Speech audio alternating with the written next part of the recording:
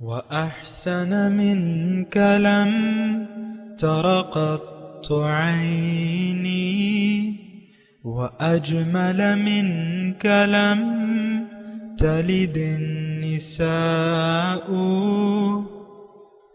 خلقت مبرأ من كل عيب خلقت مبرأ من كل عيب كأنك قد خلقت كما تشاء. كتاب أنزلناه إليك مبارك ليدبروا آياته وليتذكر أولو الألباب. یہ کتاب برکت والی ہے جسے ہم نے آپ کی طرف نازل فرمایا ہے تاکہ دانش مند لوگ اس کی آیتوں میں غور و فکر کریں اور نصیحت حاصل کریں. اللهم صل على سيدنا محمد وعلى آل سيدنا محمد بعدد كل ذرة مئة ألف ألف مرة. سامعین و ناظرین اکرام، السلام علیکم ورحمۃ اللہ وبرکاتہ. سامعین اکرام، سورہ انعام آیت نمبر 95 سے 98 آج کا درس نمبر ہے 575 اور آج کا موضوع ہے کیا ہم سیدھے راستے سے بھٹک گئے ہیں.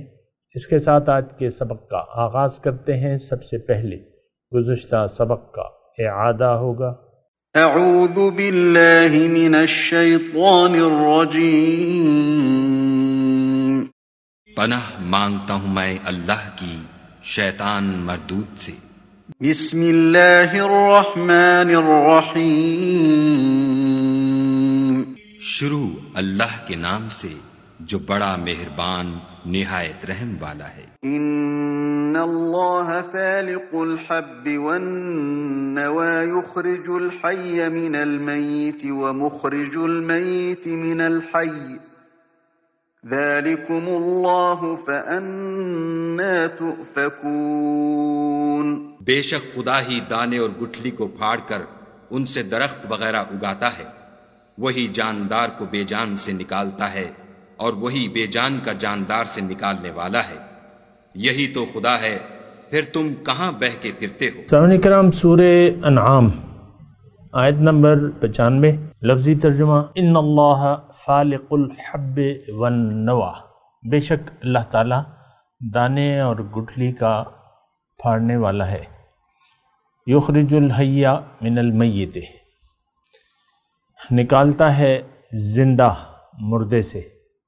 ومخرج المیت من الحی، نکالتا ہے مردہ زندہ سے.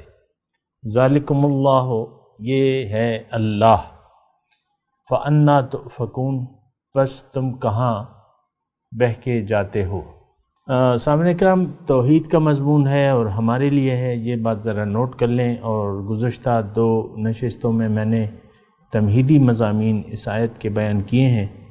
اور دیکھیں، بنیادی طور پہ میں آپ کو بتاؤں خلاصے کے طور پہ اصل جو بات ہے وہ فطرت کے مطابق ہے.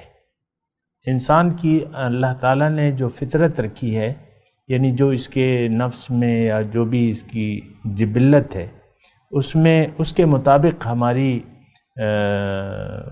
مطابق ہی اللہ تعالیٰ نے انسان کی معراج رکھ دی ہے. انسان طاقتور کے سامنے جھکتا ہے. فائدہ مند جو چیز اسے فائدہ دیتی ہے اس کے لیے یہ حریص ہوتا ہے.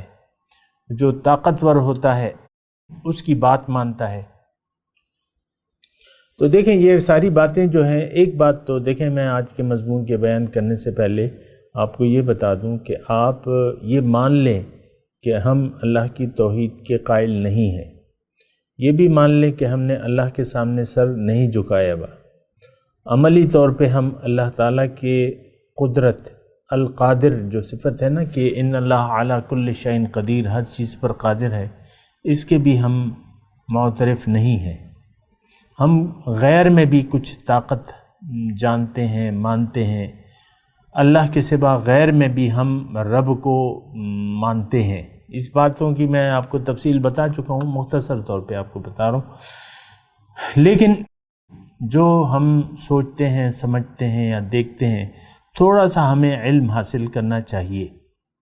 علم دیکھیں، یہ جو آیاتیں آ رہی ہیں اس میں میں نے آپ کو بیان کیا تھا گزشتہ نشست میں کہ 3 درجات ہیں کہ آپ کے لیے اگر آپ علم یعنی جاننا چاہیں، علم جاننا چاہیں تو آپ کے لیے ان آیات میں نشانیاں ہیں۔ اللہ تعالیٰ کی نشانیوں میں آپ کے لیے علم ہے، علم کا سامان ہے۔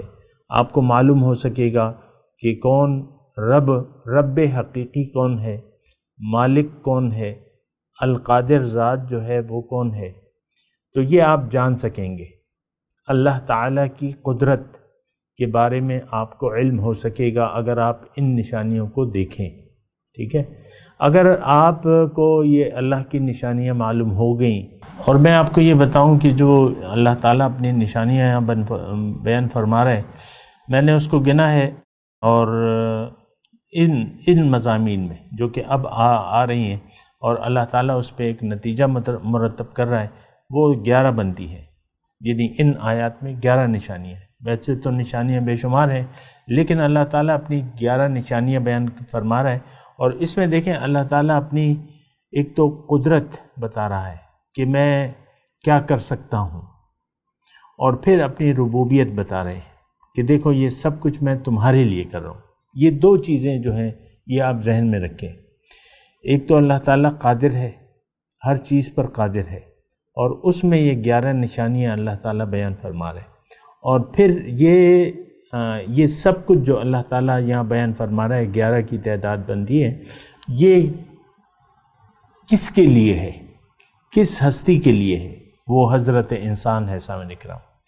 اچھا، جب اب یہ تھوڑا سا میں پہلے تھوڑا سا ایک خلاصہ آپ کو بیان کر دوں تمام مضمون کا۔ اب یہ جو ساری نشانیاں جو ہیں اللہ تعالیٰ ان نشانیوں کے ذریعے ہمیں متوجہ کر رہا ہے کہ دیکھو میری قدرت کو دیکھو، میری طاقت کو دیکھو، جب میں یہ کر سکتا ہوں تو تمہاری ضروریات کا کفیل بھی میں ہوں، تمہارا دوست بھی میں ہوں، کیونکہ میں تمہارا خالق ہوں، اور میری ربوبیت کی یہ نشانیاں میں تمہیں بیان فرما رہا ہوں۔ یہاں 11 نشانیاں ہیں، اور اس کے یعنی اس سے پھر جو کچھ حاصل ہوتا ہے وہ تو بے شمار ہے، لیکن 11 بنیادی طور پہ اللہ تعالیٰ اپنی نشانیاں گنوا رہے ہیں۔ تو اے انسان، تم نے مجھ سے کیوں موڑ لیا ہے؟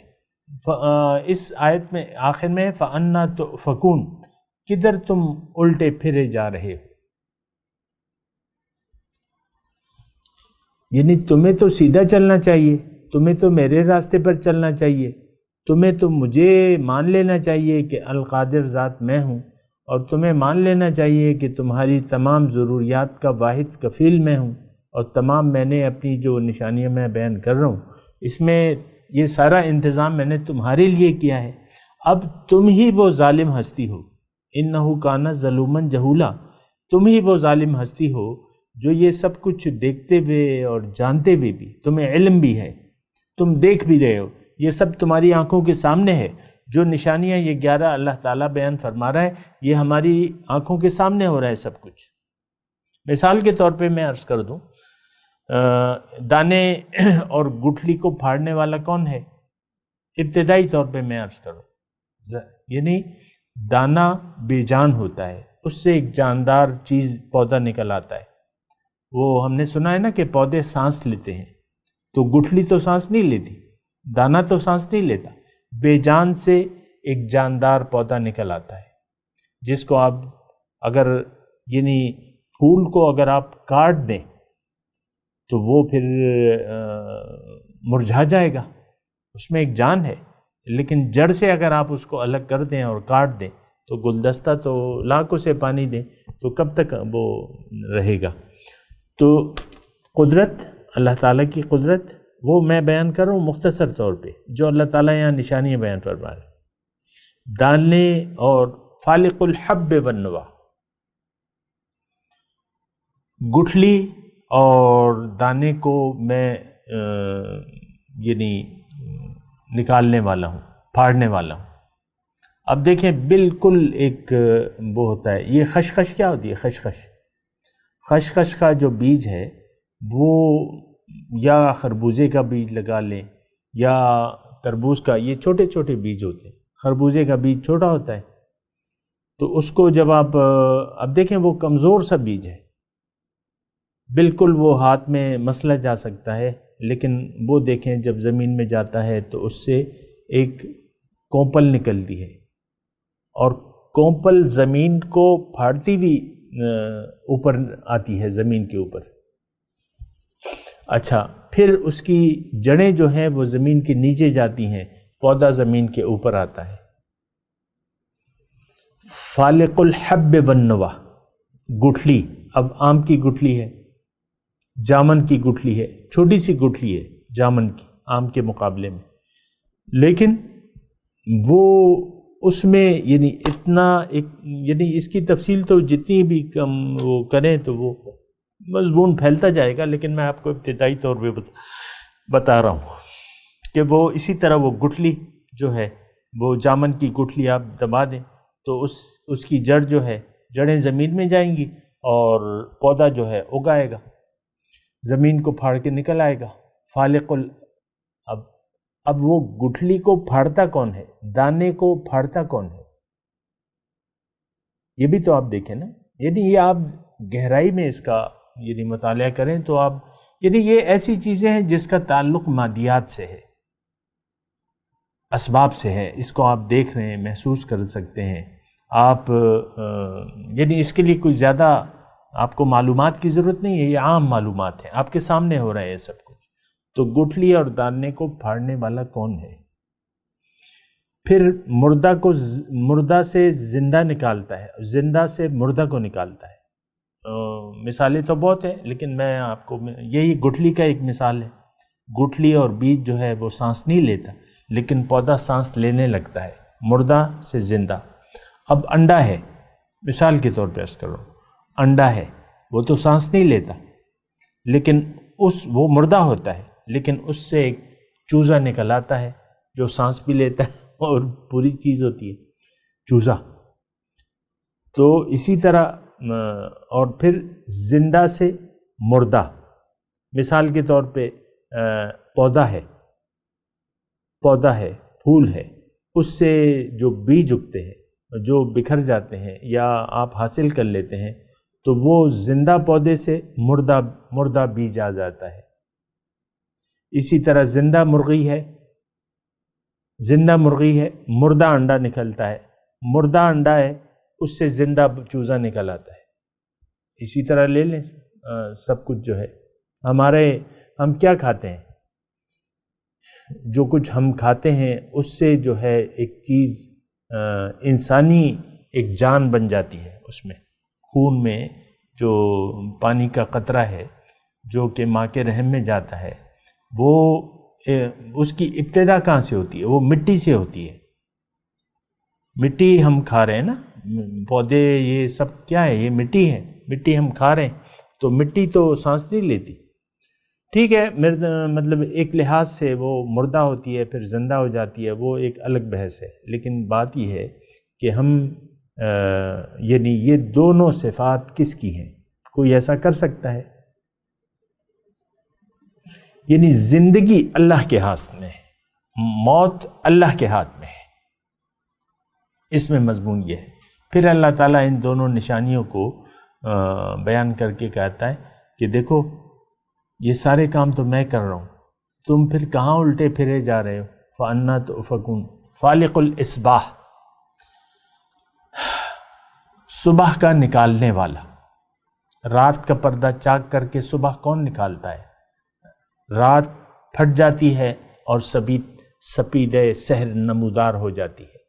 فالق الإصباح، یہ کون کرتا ہے؟ یہ اللہ ہے۔ جو بھی اس کی ٹیکنیکل اور سائنسی وجوہات ہیں وہ تو ایک الگ ہے، لیکن وہ کس نے بنائی ہے؟ زمین گھوم رہی ہے سورج کے گرد، سورج اپنے مدار میں گھوم رہا ہے، تو رات و دن تو اسی طرح بنتے ہیں۔ وَجَعَلَ اللَّيْلَ سَكَنًا وَالشَّمْسَ وَالْقَمَرَ حُسْبَانًا۔ اب رات کو اللہ تعالیٰ فرما رہا ہے میں نے سکون کا، آرام کا ذریعہ بنایا ہے، آرام کے لیے میں نے رات بنائی ہے۔ اب ظاہر ہے کہ رات جیسی نعمت تو آپ کو معلوم ہے بغیر آرام کے تو ہم جی نہیں سکتے. انسان اور تمام جو چیزیں ہیں جو ہمارے جاندار ہیں وہ آرام کرتے ہیں، جتنا بھی کرتے ہیں وہ ایک الگ مسئلہ ہے، لیکن ہم اپنی بات لیتے ہیں کہ ہمارے آرام کے لیے اللہ تعالیٰ فرما رہے میں نے رات بنائی ہے. کیا آپ جب رات کو سونے لگتے ہیں تو گھر کے یعنی کمرے کی لائٹیں نہیں بند کرتے، گھر کی بتیاں گل نہیں کرتے؟ ایک حد تک نائٹ لیمپ کھلے رہتے ہیں، باقی تو آپ بند کر دیتے ہیں تاکہ سکون سے آپ سو سکیں. روشنی میں تو آپ نہیں سوتے نا عام طور پہ. تو رات کی نعمت کس نے بنائی ہے؟ ایک دم دن ہے، اس کو رات کی تاریکی چھا جاتی ہے اور آرام کا ایک سما پیدا ہو جاتا ہے. اس میں بھی اللہ تعالیٰ نے یعنی اپنے طرف متوجہ اپنے سے باتیں کرنے کے لیے 2 اوقات رکھتے ہیں. رات میں 2 نمازیں آتی ہیں سامنے کرام، مغرب کی اور عشاء کی. 3 نمازیں دن کا حصہ ہے نا، یعنی میرے خیال سے فجر بہرحال وہ ایک الگ حساب ہے. لیکن میں آپ کو یہ کہہ رہا ہوں کہ رات جو ہے وہ سکون کے لیے ہے، اور سورج اور چاند والشمس والقمر حسبانا. اب اس کے اور فائدے بھی ہیں. سورج کے تو بہت ہی فائدے ہیں، اس کے بغیر تو ہم جی نہیں سکتے. لیکن یہاں اللہ تعالیٰ ایک فائدہ اس کا بیان فرما رہا ہے کہ تمہارے حساب کتاب کے لیے میں نے سورج اور چاند کو بنایا. آپ دیکھیں شمسی مہینے ہیں، قمری مہینے ہیں، تو اس کے حساب سے ہم آپ کا قمری کیلنڈر ہے اور یہ حساب کتاب ہے، اور یہ اتنا کریکٹ ہے کہ ایک سیکنڈ یعنی صدیاں بیت جائیں، 1 سیکنڈ کا فرق نہیں آتا. آپ کے معمولات تو بدلتے رہتے ہیں، اس میں فرق آتا رہتا ہے، لیکن سورج اور چاند اپنے حساب سے اور چل رہے ہیں. اور اس سے ہمیں حساب، یہاں پہ حساب کا ہے، یعنی حساب کا فائدہ اللہ تعالیٰ نے بیان فرمایا. تو یہ حسباناً ذالک تقدیر العزیز العلیم، یہ اندازہ ہے. تقدیر کا مطلب اندازہ، عزیز غالب اور جاننے والے کا اندازہ ہے. اب ظاہر ہے کہ اس کی جتنا بھی بیان کریں تو وہ کم ہے. وَهُوَ الَّذِي جَعَلَ لَكُمُ النُّجُومَ لِتَهْتَدُوا بِهَا فِي ظُلُمَاتِ الْبَرِّ وَالْبَحْرِ. اس میں اب اللہ تعالیٰ فرما رہا ہے دیکھو چاند جو ہے، یہ ستارے جو ہیں، اس کو میں نے تمہاری رہنمائی کا ذریعہ بنایا. لِتَهْتَدُوا بِهَا فِي ظُلُمَاتِ الْبَرِّ وَالْبَحْرِ، تاکہ تم تری اور خشکی میں تم اپنا راستہ تلاش کرو. آج کل تو یعنی اس پہ انحصار کم ہو گیا ہے، لیکن ایک زمانہ تھا جب کہ یہ سائنسی آلات، یہ گھڑیاں یہ نہیں تھے، تو یعنی سفر کا ذریعہ یہ تھا. جنگلوں میں، ریگزاروں میں تو آسمان کے ستاروں سے رہنمائی لی جاتی تھی سمت کی. لِتَهْتَدُوا بِهَا، یہاں بس ایک فائدہ بیان ہو رہا ہے، لیکن اور فائدے تو ہیں. قَدْ فَصَّلْنَا الْآيَاتِ لِقَوْمٍ يَعْلَمُونَ. اللہ تعالیٰ فرما رہے کہ میں نے یہ نشانیاں اپنی میں کھول کے بیان کر رہا ہوں تاکہ تم جان سکو، یعنی تمہیں معلوم ہو سکے. لقوم، اگر تم علم رکھتے ہو تو تمہیں یہ نشانیاں تمہارے سامنے میں کھول کے بیان فرما رہا ہوں. پھر اللہ تعالیٰ فرما رہے وَهُوَ الَّذِي أَنشَأَكُم مِّن نَفْسٍ وَاحِدَةٍ. دیکھو تمہیں میں نے ایک نفس سے پیدا فرمایا ہے. فَمُسْتَقَرٌّ وَمُسْتَوْدَعٌ، پھر تمہارا ایک ٹھکانہ ہے، مستقر عارضی ٹھکانہ، اور امانت رکھنے کی جگہ ہے. یعنی انسان مر جاتا ہے تو پھر اس کو سپرد خاک کیا جاتا ہے، تو مستقر اور جہاں یہ سپرد خاک کیا جائے گا تو اس کی ایک جگہ. قد فصلنا الآیات لقوم یفقہون. اللہ تعالیٰ فرما رہا ہے کہ میں تو تفصیل سے اپنی نشانیاں بیان کر دی ہیں. میں نے قد فصلنا، میں نے تفصیل سے نشانیاں اپنی بیان کر دی ہیں، لیکن ان لوگوں کے لیے جو سوچتے ہیں، سمجھتے ہیں اور سوچتے ہیں. بہرحال یہاں انشأکم من نفس واحدہ، وہ ذات جو جس نے تمہیں ایک جان سے بنایا ہے۔ اب دیکھیں ایک جان سے ہمارا عقیدہ یہ ہے، جو دہریے ہیں اور اللہ کو نہیں مانتے ان کو تو ہم بات ہی نہیں کرتے۔ وہ ڈارون کا جو نظریہ ہے نا، وہ تو جہالت کی انتہا ہے، اس نے تو اللہ سے رہنمائی نہیں لی۔ اللہ ہمیں بتائے گا تخلیق کیسے ہوئی ہے، وَالَّذِي أَنشَأَكُم مِّن نَّفْسٍ وَاحِدَةٍ۔ اور یہاں اس ضمن میں آپ کو یہ بھی بتا دوں کہ ہماری جہالت یہ ہے کہ آج بھی ڈارون کی تھیوری پڑھائی جاتی ہے۔ ہم جب تھے سیکنڈ ایئر میں تو فرسٹ ایئر سیکنڈ ایئر میں ڈارون کی تھیوری پڑھائی جاتی تھی۔ تو خیر وہ اس کی تو ایک الگ بات ہے، لیکن اللہ تعالیٰ فرما رہا ہے کہ تمہیں میں نے ایک جان سے پیدا کیا ہے، ایک جان، پھر اس سے اس کی جوڑا بنایا ہے، اور پھر اس سے یہ تمام یعنی جو بھی جتنے بھی لوگ ہیں، آج تقریباً 8-7 ارب کے درمیان آبادی ہے دنیا کی، جو بھی ہے گنتی جو بھی ہے، لیکن عرب کتنے ہوتے ہیں؟ 8 ارب لگا لیں تو یہ 800 کروڑ لوگ ہیں، 800 کروڑ لوگ ہیں دنیا میں۔ اب یہ ایک جان سے پیدا کی، اس میں اللہ تعالیٰ کی قدرت بھی ہے اور اللہ تعالیٰ کی ربوبیت بھی ہے، اور اللہ تعالیٰ نے جو یہ نظام بنایا ہے اس کی طرف بھی آپ نے سوچنا ہوگا، کیوں اللہ تعالیٰ نے یہ مخلوق بنائی ہے۔ ہم تو اس بارے میں تو سوچتے نہیں ہیں نا کہ اللہ تعالیٰ نے یہ مخلوق پیدا کیوں کی ہے، نہیں تھی اب پیدا ہو گئی، ایک وقت آئے گا کہ یہ ختم ہو جائے گی، یہ تو سائنس بھی مانتی ہے، اور اللہ تعالیٰ تو اسے روز قیامت کا بارے میں بیان فرماتا ہے، ان یوم الفصل کان میقاتہم اجمعین، بے شک جو فیصلے کا دن ہے ان کی سب کے یعنی جمع ہونے کی جگہ ہے میقات۔ وَيَوْمَ يَحْشُرُكُمْ جَمِيعًا، جس دن میں تم سب کو جمع کر دوں گا۔ اب آپ دیکھ لیں کہ کتنا عرصہ ہو گیا ہے، کتنی آبادی ہوگی، روز حشر کتنے لوگ ہوں گے، جتنی ابھی دنیا باقی ہے کتنی مخلوقات پیدا ہوں گی، لیکن یہ جو ہیں جتنی بھی ہیں اللہ کی مخلوق ہے، یہ سب یوم حشر یعنی اس دن جمع کی جائے گی۔ یومئذ یصدر الناس، وہ ہے نا اس میں اذا زلزلت الارض زلزالها واخرجت الارض اثقالها وقال الانسان ما لها یومئذ یصدر الناس لیروا اشتاتا لیروا اعمالهم فمن يعمل مثقال ذرة خيرا يره ومن يعمل مثقال ذرة شرا يره۔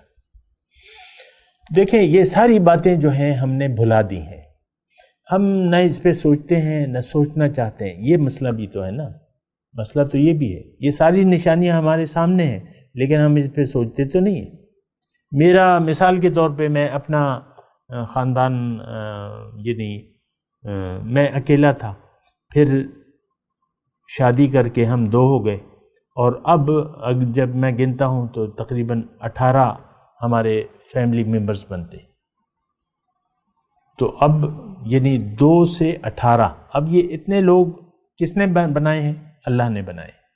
کیوں بنائے ہیں یہ بھی سوچنے کی بات ہے، کیا یہ دنیا کے لیے پیدا ہوئے ہیں؟ عام طور پہ آپ دیکھیں انسان تو جس انسان کی توجہ دنیا کی طرف ہو وہ پریشانی کا شکار رہتا ہے اور پریشانی ہی میں اپنی جان دے دیتا ہے۔ تو یہ بات سوچنی ہوگی ہم نے کہ ہمیں کیوں پیدا کیا ہے، ہم تو اس بات کو نہیں سوچتے۔ وہ اس کی وجہ تو میں نے آپ کو بتائی بھی ہے کہ ہم ایک دھوکے کا شکار ہو چلے ہیں، اور وہ دھوکہ ہمیں لگ گیا ہے، ہم اب کسی بات پر نہیں سوچتے، اپنے متعلق، اپنی حقیقت کے متعلق، اپنی منزل کے متعلق، اپنے راستے کے متعلق، راستے پہ چلنے کے طریقے کے متعلق کوئی بات ہم نہیں سوچتے۔ پھر بھی آپ کہتے ہیں کہ میں مسلمان ہوں اور میں نے جنت کا ٹھیکیدار ہوں، آپ کوئی ٹھیکیدار نہیں ہے۔ ہم نے اگر ٹھیکہ لیا ہوا ہے تو وہ دوزخ کا ہے، کیوں کہ ہم اپنے آپ سے غافل ہیں۔ اقترب للناس حسابهم وهم فی غفلۃ معرضون، لوگوں کے حساب کتاب کا وقت قریب آ پہنچا اور وہ غافل ہیں، غفلت میں پڑے ہوئے۔ وہم فی، اور انہوں نے منہ موڑا ہوا ہے، وہم فی غفلت معرضون، انہوں نے اعراض کر لیا ہے اس یوم حساب کے دن سے۔ یہ حساب کا، یوم حساب کا دن میں تو آپ کو کہہ رہا ہوں، لیکن عام طور پہ یہ چیز ہمارے سر سے گزر جاتی ہے۔ یہ مضامین جو ہیں، جو بھی مضامین ہیں قرآن، یہ ہمارے سر سے گزر جاتا ہے، ہم اس پہ سوچنے کے لیے تیار نہیں ہیں۔ بہرحال وہ تو ایک الگ مسئلہ ہے کہ ایسا کیوں ہے۔ تو میں سامعین کرام تلاوت کرتا ہوں، میرے ساتھ دہرائیے، اعوذ باللہ من الشیطان الرجیم، بسم اللہ الرحمن الرحیم، ان اللہ فالق الحب والنوى یخرج الحی من المیت ومخرج المیت من الحی ذالکم اللہ فأنا تؤفکون فالق الاصباح وجعل اللیل سکنا والشمس والقمر حسبانا ذالک تقدیر العزیز العلیم وهو الذي جعل لكم النجوم لتهتدوا بها في ظلمات البر والبحر قد فصلنا الآيات لقوم يعلمون وهو الذي أنشأكم من نفس واحدة فمستقر ومستودع قد فصلنا الآیات لقوم یفقہون۔ ترجمہ سنا دیں، ان اللہ فالق الحب والنوى، بے شک اللہ ہی دانے اور گٹلی کا پھاڑنے والا ہے۔ یخرج الحی من المیت ومخرج المیت من الحی،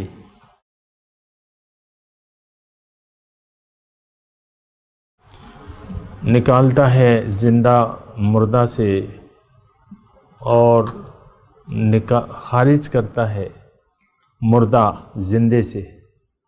ذالکم اللہ فأنا تؤفکون،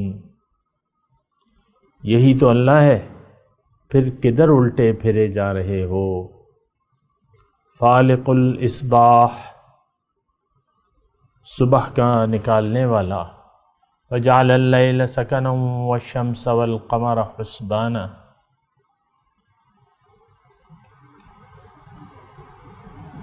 صبح کا نکالنے والا ہے اور بنایا ہے رات کو، بنائی ہے رات آرام کے لیے، اور سورج اور چاند کا حساب مقرر کیا ہے۔ ذالک تقدیر العزیز العلیم، یہ اندازہ ہے اس غالب اور جاننے والے کا۔ وَهُوَ الَّذِي جَعَلَ لَكُمُ النُّجُومَ لِتَهْتَدُوا بِهَا، اور اللہ وہی ذات ہے جس نے بنایا ہے تمہارے لیے ستاروں کو تاکہ تم اس سے راستہ پاؤ، فی ظلمات البر والبحر، خشکی اور سمندر میں،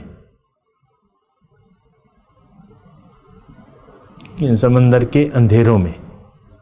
قد فصلنا الآیات لقوم یعلمون، اور ہم نے اپنی نشانیاں کھول کر بیان کر دی ہیں ان لوگوں کے لیے جو جانتے ہیں۔ وَهُوَ الَّذِي أَنشَأَكُم مِّن نَّفْسٍ وَاحِدَةٍ، اور اللہ تو وہ ذات ہے جس نے تمہیں ایک شخص سے تم سب کو پیدا کیا۔ فَمُسْتَقَرٌّ وَمُسْتَوْدَعٌ، پس اب ایک تو تمہارا ٹھکانہ ہے جہاں تم رہتے ہو، اور ایک تمہارے امانت رکھے جانے کی جگہ یعنی قبر۔ قد فصلنا الآیات لقوم یفقہون، ہم نے اپنی نشانیاں کھول کے بیان کر دی ہیں ان لوگوں کے لیے جو سوچتے ہیں، سمجھ سے کام لیتے ہیں۔ اب ان آیت کی تلاوت اور ترجمہ۔ اعوذ باللہ من الشیطان الرجیم، پناہ مانگتا ہوں میں اللہ کی شیطان مردود سے۔ بسم اللہ الرحمن الرحیم، شروع اللہ کے نام سے جو بڑا مہربان نہایت رحم والا ہے۔ ان اللہ فالق الحب والنوى يخرج الحي من الميت ومخرج الميت من الحي ذلكم اللہ فأنا تؤفكون۔ بے شک خدا ہی دانے اور گٹھلی کو پھاڑ کر ان سے درخت وغیرہ اگاتا ہے، وہی جاندار کو بے جان سے نکالتا ہے اور وہی بے جان کا جاندار سے نکالنے والا ہے، یہی تو خدا ہے، پھر تم کہاں بہ کے پھرتے ہو؟ فالق الإصباح وجعل الليل سكنا والشمس والقمر حسبانا ذلك تقدير العزيز العليم۔ وہی رات کے اندھیرے سے صبح کی روشنی پھاڑ نکالتا ہے، اور اسی نے رات کو موجب آرام ٹھہرایا، اور سورج اور چاند کو ذرائع شمار بنایا ہے، یہ خدا کے مقرر کیے ہوئے اندازے ہیں جو غالب اور علم والا ہے۔ وَهُوَ الَّذِي جَعَلَ لَكُمُ النُّجُومَ لِتَهْتَدُوا بِهَا فِي ظُلُمَاتِ الْبَرِّ وَالْبَحْرِ قَدْ فَصَّلْنَا الْآيَاتِ لِقَوْمٍ يَعْلَمُونَ۔ اور وہی تو ہے جس نے تمہارے لیے ستارے بنائے تاکہ جنگلوں اور دریاؤں کے اندھیروں میں ان سے رستے معلوم کرو، عقل والوں کے لیے ہم نے اپنی آیتیں کھول کھول کر بیان کر دی ہیں۔ وَهُوَ الَّذِي أَنشَأَكُم مِّن نَّفْسٍ وَاحِدَةٍ فَمُسْتَقَرٌّ وَمُسْتَوْدَعٌ قَدْ فَصَّلْنَا الْآيَاتِ لِقَوْمٍ يَفْقَهُونَ۔ اور وہی تو ہے جس نے تم کو ایک شخص سے پیدا کیا، پھر تمہارے لیے ایک ٹھہرنے کی جگہ ہے اور ایک سپرد ہونے کی، سمجھنے والوں کے لیے ہم نے اپنی آیتیں کھول کھول کر بیان کر دی ہیں۔ سامعین کرام، اس کے ساتھ آج کے درس کا وقت اختتام کو پہنچا۔ اگلے درس میں انشاءاللہ ملاقات ہوگی۔ وآخر دعوانا ان الحمدللہ رب العالمین۔ مولاي صل وسلم دائما أبدا على حبيبك خير الخلق كلهم۔